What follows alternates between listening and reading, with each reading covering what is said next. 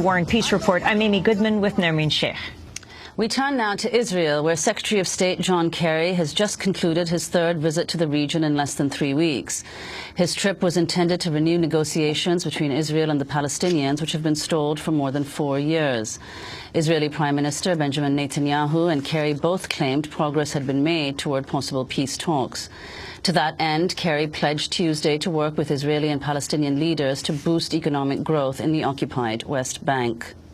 We agreed among us, President Abbas, Prime Minister Netanyahu, and ourselves, that we are going to engage in new efforts, very specific efforts, to promote economic development and to remove some of the bottlenecks and barriers that exist with respect to commerce in the West Bank. On Monday, while Secretary of State Kerry was visiting Israel, Israeli soldiers shot a Palestinian photographer in the face with a rubber-coated metal bullet in the Aida refugee camp in the West Bank city of Bethlehem. Mohammed Walid Al-Azza was shot during clashes that took place between Israeli soldiers invading the camp and local youths who were hurling stones at them. Another journalist, Israeli journalist Amira has suffered a torrent of hate mail and calls for her prosecution after she wrote an article defending the rights of Palestinians to resist violent occupation. In the article, Amira defends the throwing of stones by Palestinian youth at Israeli soldiers, calling it, quote, the birthright and duty of anyone subject to foreign rule, unquote. Amira says Israelis remain in denial about, quote, how much violence is used on a daily basis against Palestinians. They don't like to be told that someone has the right to resist their violence, she wrote. Well, to talk more about the situation is the journalist herself. Amira joins us now, Haaretz correspondent for the occupied Palestinian territories, the only Jewish Israeli journalist to have spent almost 20 years living in and reporting from Gaza and the West Bank. It's great to have you with us here in New York, Amira. Talk about what this article said. You wrote it for Haaretz? That's right. It was published last week, and I think it's not the first time that I write that Palestinians have the right to resist like any other group which is suffering the oppression or repression. And I wrote several things. Maybe the main thing was that the Israeli occupation is the source of violence. I mean, this is violence. That the Israeli policies are institutionalized violence. Even when there is no physical force used, it is always violence.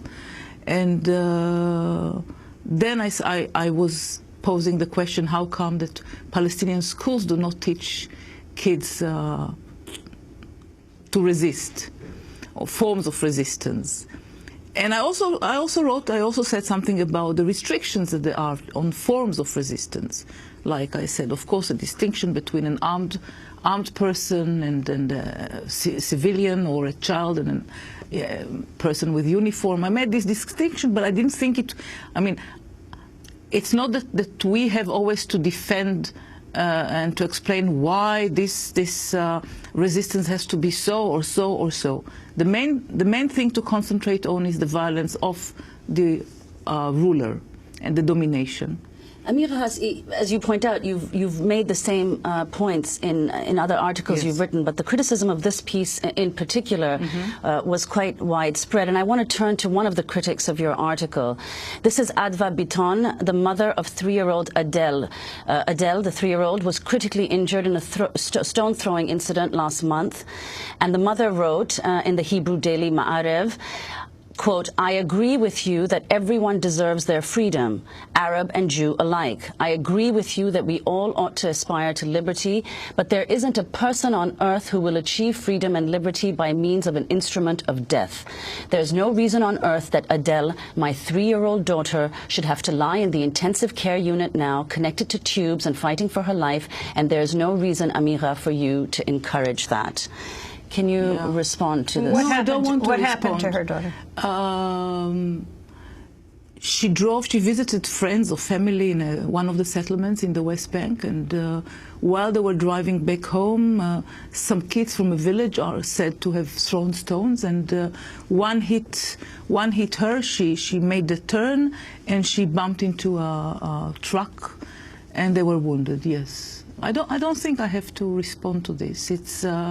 It's her pain, and I don't like people could come and bring the stories of hundreds of Palestinian children who are killed and wounded by Israeli by Israeli bullets and by Israeli tear gas and I don't know whatever. I'm against this symmetry, and I think that I explained very well in my article the differences and the distinction that one has to take. But the fact is that Israel is, I mean, that we maintain our hegemony with the use of almost unlimited power. I mean, with unlimited institutional power against the Palestinians. And Palestinians have tried many ways, diplomatic ways and other ways, to resist this Israeli domination, and it has not succeeded. Stone throwing is a sort of a message, and the Israelis don't listen to it. 25 years ago, with the first Intifada, Israelis did listen to this message. I mean, they did understand that this is a message of it's not in order to kill, it's not in order to hit somebody, but it's in order to tell you are unwelcome visitors in our midst. Okay, so what accounts for the change? Why were Israelis more amenable or open to understanding stone throwing 25 years ago during the first Intifada? What about now? The main, you could say, achievement of the Oslo process, that the benefits of the occupation have been really entrenched and reached larger segments of the Israeli society. By which you mean profits? In what sense? Economical profits. It is occupation deluxe. We have the benefits of the occupation. We don't have the responsibility of taking care of the population. We have delegates who actually put the people under control. I mean, that's the Palestinian police, Palestinian security agencies. So it is not really the onus of occupation is not felt as it was felt maybe 25 years ago, when so many Israeli soldiers were amidst Palestinians in the cities, and when Israel had to take some kind of care about health and cleaning the streets and water distribution. Now all the responsibility is on the Palestinians and on the PA. And then, of course, you grew. I mean, you talk about drones. I mean, I think that the Israeli industry of arms has developed very much in the past 25 years. And this form of arms that is very much, that fits into a world of containment, into policies of containment, not the conventional wars, but the wars which are meant to quell social unrest. And we fit into this. Amira, the significance of Secretary of State John Kerry going to Israel and what you believe the role of the U.S. should be right now.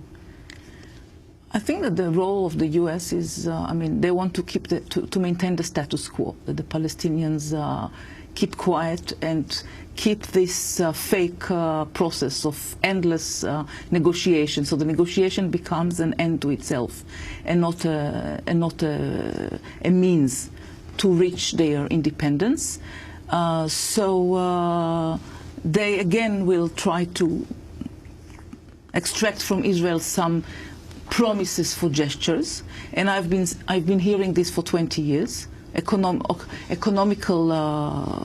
progress, which is really an impossible thing. It's you cannot both maintain Israeli control over 60% of the West Bank and continue to divide Gaza from the West Bank and continue to forbid Gazans from exporting their products and have economical progress. I mean, Kerry will soon see that that he has failed just as others before. But I don't think it's failure, because he wants, I mean, the policy, the US policy is to maintain, to keep the status quo going. I mean, this kind. You also suggest in the article that the Palestinian Authority is interested in maintaining the status quo. Could you explain why? It has become, maybe it's not interested as it has become a second nature of the Palestinian Authority.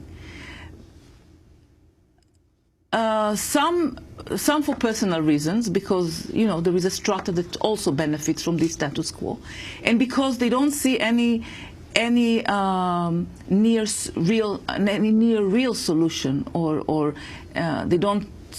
There is not a feeling that we near a fair solution. So at least they can maintain the status quo, which benefits stratas. And not only benefits in the bad sense of the word. I mean, I see many people who are tired of fighting, so they want to keep to have these several years to be able to care for their families, to send their children to better education, to travel in the world or something. So it's a very normal aspirations for the time being, because there is a sense that politically nothing is no fair solution is near. And there is also, it became also a second nature of the PA to think only about diplomatic means, and not means which involve the people. Amira, we just have 20 seconds, but you were awarded here in 2009 by the International Women's Media Foundation for your courage, for your lifetime achievement. CNN's Christiane Amanpour introduced you, describing you as one of the great truth seekers of them all. You've been in the occupied territories for 20 years, the only Israeli Jewish reporter to live there. Do you think the pain will end? Not in my lifetime. You're the daughter of a Holocaust survivor. You wrote a book about your mother. Essays, yeah. Holocaust often used to justify what's happening to the Palestinians. Look, our terrible tragedy is that we have two catastrophes, human catastrophes, clashing with each other, and each has its own pains and layers of pain which do not vanish, even when the only thing, and this is where I can quote my father, who is a survivor. We have 5 seconds. The difference is with the Palestinians, it continues and continues and continues. Thanks so much for watching this report from Democracy Now!, your daily independent global news hour. We don't accept advertising or corporate funding, but rather rely on donations from viewers like you.